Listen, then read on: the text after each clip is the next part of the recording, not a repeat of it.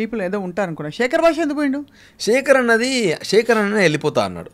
ఎందుకంటే అన్నకు అప్పుడే బాబు పుట్టిండన్న విషయం తెలిసింది. ఆ ముందు 3 రోజులే అన్న పాపం చాలా డౌన్ అయిపోయింది. ఎట్లా అంటే ఏదో టాస్క్లో మేము సరిగా ఆడట్లే అని నన్ను కన్ఫెషన్ రూమ్కి పిలిచి నాకు ఇది కాదు ఇట్లా ఆడాలి టాస్క్ అని బిగ్ బాస్ రూల్స్ చెప్తున్నాడు.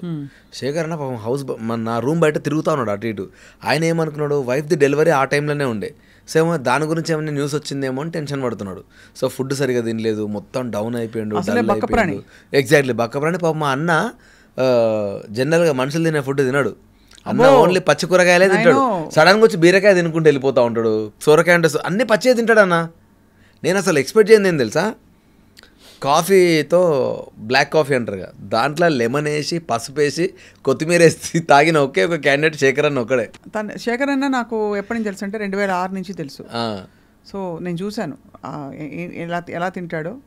అండ్ అందుకే విచిత్రంగా ఆ బ్రెయిన్కి ఆలోచనలు ఎట్లా వస్తాయంటే అట్లే వస్తాయి మేబీ అవన్నీ తిని. సో అప్పుడు అన్న మా అందరికి ఇండివిజువల్ కంటెస్టెంట్ దగ్గరికి వెళ్ళి నేను వెళ్ళిపోతానా, నాకు ఉండబుద్ధి అవ్వట్లేదు, నేను ఇప్పుడు వైఫ్ దగ్గర ఉండడం చాలా అవసరం నేను తన దగ్గర అని అన్న ఫీల్ అయ్యిండు. సో లక్కీలీ మాకే ఛాన్స్ వచ్చింది, హౌస్ మేట్సే డిసిషన్ తీసుకోవాలని. సో ఆయన అంతగానో వెళ్ళిపోతా అన్నప్పుడు ఇక్కడ ఉన్నా కూడా ఉండలేడని మేము అందరం పంపించాల్సి వచ్చింది. అవునవును, ఉండాలి. అసలు బిగ్ బాస్ హౌస్ చూస్తేనే ముందు అసలు టెన్షన్ వస్తుంది. ఉంటారు లోపల, ఫోన్ లేదు, టీవీ లేదు, ప్రపంచంతో కట్ ఆఫ్, టైం తెలీదు.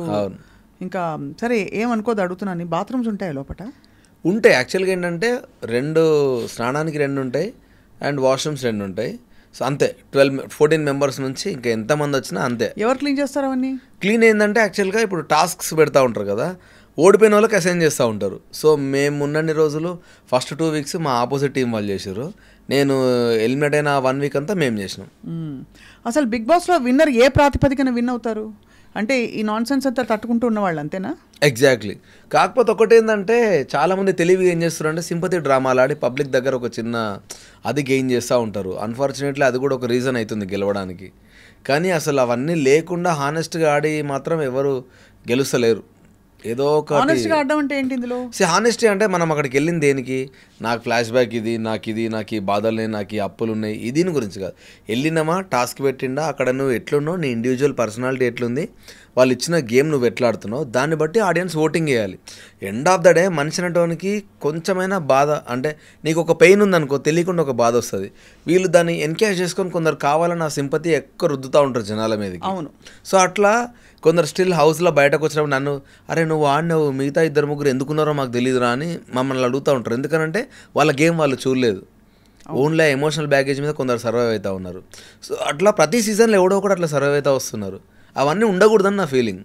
అదే కొంత ఉంటుందిలే, అంటే పాత ప్యాకేజ్. అంత టైం ఉంటే ఏం చేస్తారు బాస్ ఎవరైనా? ఎగ్జాక్ట్లీ, అవును. 24 గంటలు ఏం చేయాలో అర్థం కాదు. ఇప్పుడు టీవీ మన ఎంత రక్షిస్తోంది, మన బాధలు గుర్తు రాకుండా ఫోన్ మన ఎంత రక్షిస్తోంది అని ఇప్పుడు అర్థమవుతుంది. నిజం. అసలు యాక్చువల్లీ ఒక టెస్ట్, ఇప్పుడు విపశ్యన మెడిటేషన్కి వెళ్తాను తెలుసు కదా, విపశ్యన 10 days వెళ్తారు. అసలు మనిషిని ఇంకో మనిషితో మాట్లాడుకోరు, టాస్క్లు కూడా ఉండవు. జస్ట్ ఇమాజిన్, మీకు ఫోన్ ఉండదు, టీవీ ఉండదు, ప్రపంచంతో కట్ ఆఫ్, వెళ్ళి ధ్యానం చేసుకుంటూ కూర్చోవాలి. అది ఇంకా కష్టం లేని, అది బిగ్గెస్ట్ బాస్. అది మాట్లాడకుండా నాతో అసలు కాదు. నాకు కూడా అదే సేమ్ ప్రాబ్లం. అందుకే నేను అక్కడికి ఎవరో వెళ్ళమంటే చెప్పాను, అదొక్కటి నన్ను ప్లీజ్, నేను మాట్లాడకుండా ఉండలేను. ఇంపాసిబుల్ అసలు, నాతో అసలు కాదు. నాకు అట్లీస్ట్ జనాలు ఉన్నారు కాబట్టి అందరితో టైం స్పెండ్ చేసినా కానీ, లేకపోతే అసలు కష్టం. ఏం వంట చేశారు బాస్ అక్కడ? నేను మటన్ చేసిన, చికెన్ చేసిన అండ్ ఆలు 4-5 కర్రీస్ చేసిన, చాలా ఇష్టంగా తిన్నారు. లక్కీలీ కుదిరినాయి. ధనియాల పొడి, కారం పొడి ఏం లేవు. లిటరలీ నేను చేసిన ఎవ్రీ దాంట్లో ఓన్లీ కర్రీ, దాన్ని ఏమంటారు, ఆయిల్, సాల్ట్, పసుపు, కారం, ఇవి ఉంటే చాలు కర్రీ మంచిగా అవుతుందిరా. నాకు ఆడికి వెళ్ళినాకనే తెలిసింది ఎక్స్ట్రా ఇంగ్రీడియంట్స్ ఏం అవసరం లేదు అని. ఉల్లిపాయలు, ఓపిక ఉండాలి. అదే జస్ట్ ఆనియన్స్, అల్లం పేస్ట్ మేము దంచుకోవాలి అంతే, డైరెక్ట్ పేస్ట్ రాదు. సో ఎంతో కొంత ఓపిక ఉన్నంత దంచి వేసుకోవడం, వీటితోటే చేయొచ్చు. యాక్చువల్గా నాకు రియలైజ్ అయింది ఏంటంటే, ఫుడ్ వండాలంటే ఓపిక ఉండాలి, అన్ని ఇంగ్రీడియంట్స్ ఉన్నా లేకున్నా కూడా. అంతే కదా. అవును. సో ఆ విధంగా అయితే మీరు ముందరకెళ్ళి అందరినీ మీరు రఫాడిచ్చి అందరి మనసులు, మీకు బెస్ట్ కాంప్లిమెంట్ ఏమంది అభయ్ నవీన్? బెస్ట్ కాంప్లిమెంట్ అంటే ఒక పర్టికులర్ మూమెంట్ అని లేదు, బట్ ఎగ్జాక్ట్లీ నేను బయటకు వస్తున్నప్పుడు ఆ మూమెంట్ నాకు బాగా నచ్చింది. ఏంటంటే నాకు రెడ్ కార్డ్ ఇచ్చి వెళ్ళిపోవాలి అని అన్నప్పుడు 11 మెంబర్స్ నా గురించి బాధపడ్డారు, 11 మెంబర్స్ నా గురించి ఫైట్ చేసినారు.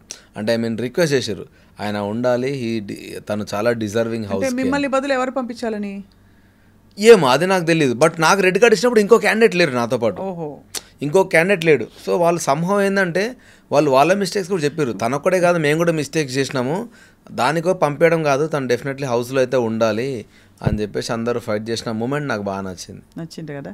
ఎవరు ఎక్స్పెక్ట్ చేయలేదు మీకు రెడ్ కార్డ్ వస్తుంది? అవును. మళ్ళీ మీకు వైల్డ్ కార్డ్ ఎంట్రీ వస్తుందా?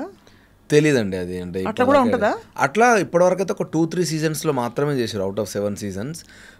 రీఎంట్రీ అనేది చాలా తక్కువ, 2-3 సీజన్స్లో చేసినారు. సో ఈసారి చేస్తారా లేదా ఐడియా లేదు. మరి ఇన్ని రోజులు మీరు వర్క్కి దూరంగా ఉన్నారు కదా, సినిమా రోల్స్ మిగతా స్టాండప్ కామెడీలు అవన్నీ ఏమయ్యాయి? ఇప్పుడు స్టార్ట్ చేయాలి మళ్ళీ. యాక్చువల్లీ నేను ఇప్పుడే వచ్చినా కదా, స్లోగా ఫోన్స్ వస్తూ ఉన్నాయి. సో మళ్ళీ అవన్నీ గ్యాదర్ చేయాలి. యాక్చువల్గా అయితే నేను సెకండ్ ఫిలిం ఒక డైరెక్షన్ చేస్తున్నా, 10 days షెడ్యూల్ షూట్ చేసి వచ్చిన. సో ఇప్పుడు మళ్ళీ వాళ్ళందరూ ఏంటంటే పాపం నేను మెల్లగా నవంబర్ దాకా వస్తారులే అని వాళ్ళు వేరే వర్క్స్లో స్ట్రక్ అయ్యారు అందరూ. సో వాళ్ళందరినీ మళ్ళీ అసెంబుల్ చేసి స్టార్ట్ చేయాలి షూట్. ఇప్పుడు మీరు లోపల ఉన్నప్పుడు బయట మిమ్మల్ని సపోజ్ మీ ఆవిడ మిమ్మల్ని తెగ మిస్ అయిపోయి బాధపడిపోతూ మీకు ఫోన్ చేయాలంటే కుదరదు కదా? ఆప్షన్ లేదు, ఫోన్ అసలు రాదు, ఇంకా అసలు ఎట్టి పరిస్థితుల్లో అస్సలు రాదు. ప్రొడ్యూసర్ గారికి చెప్పి ప్లీజ్ మా ఆయనకు చెప్పండి, నేను అంటే చచ్చిపోతున్నా, ఆయన చూడలేక. మీరు ఎంత స్ట్రిక్ట్ ఉంటారంటే వాళ్ళు, మీరు అట్లీస్ట్ వాళ్ళు నన్ను మిస్ అవుతున్నాను ఏదైనా మెసేజ్ పంపిద్దాం అనుకున్నా కూడా అది వాళ్ళు స్క్రూటినీ చేసి వాళ్ళకి ఇది మిస్టేక్, ఇది ఏదో కావాలని వాళ్ళ సైడ్ నుంచి మెసేజ్ వెళ్తుందంటే అది ఆపేస్తారు అక్కడ మన దగ్గర రానియకుండా. సో డెఫినెట్లీ ఫ్యామిలీతో కనెక్షన్ కంప్లీట్లీ కట్టు.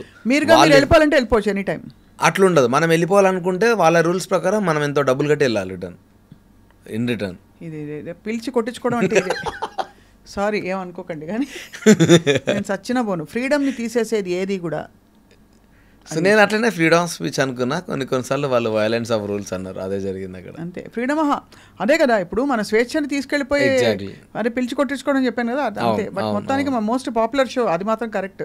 అసలు ఏం ఫాలో అవుతారు బాస్ అసలు బిగ్ బాస్ని? దారుణంగా. అంటే నేను ఈ లాస్ట్ 1-2 yearsలో నాకు రానని మెసేజ్ నేను 3 weeks తర్వాత నాకు వస్తున్నాయి కంటిన్యూస్గా. అదే పాపులర్ అయిపోతారు ఒక్కసారి. Exactly, instinct. ఇంతకీ నాగ్ సార్ గురించి చెప్పండి. నాగ్ సార్ హోస్టింగ్ చాలా బాగుంటుంది అనేది, కాకపోతే నేను రోస్ట్ అయినా లాస్ట్లో. అవునా? తిట్టారా? సో అంటే అది తిట్టిండు, బట్ నాకు ఒక ఫీలింగ్ ఏముండే అంటే స్టిల్ నాకు ఏం తిట్టిర్రు ఏం పక్కన పెడితే అసలు నువ్వు ఎందుకన్నావని నాకు ఒక ఆప్షన్ ఇస్తే బాగుండు అనిపిస్తుంది. ఎందుకంటే మన సైడ్ ఆర్గ్యుమెంట్ అసలు వినకపోతే అర్థం కాదు మనం ఎందుకు మాట్లాడాలి.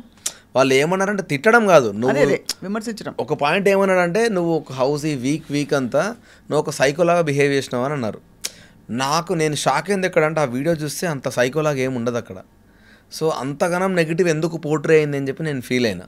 ఎందుకంటే ఇప్పుడు సైకోలాగా బిహేవ్ చేయడం అంటే నా దృష్టిలో నువ్వు నువ్వు జనాలతో మెంటల్గా బిహేవ్ చేసి హౌస్ హార్మోనీ మొత్తం దెబ్బతీసి, లేదు అని అంటే హౌస్లో రూల్స్ వైలెన్స్ చేసి ఫిజికల్ అబ్యూస్ చేసి ఇట్లాంటివి ఏమైనా చేస్తే నాకు కైండ్ ఆఫ్ సైక్లాగా బిహేవ్ చేసిన ఫీలింగ్ వస్తుంది.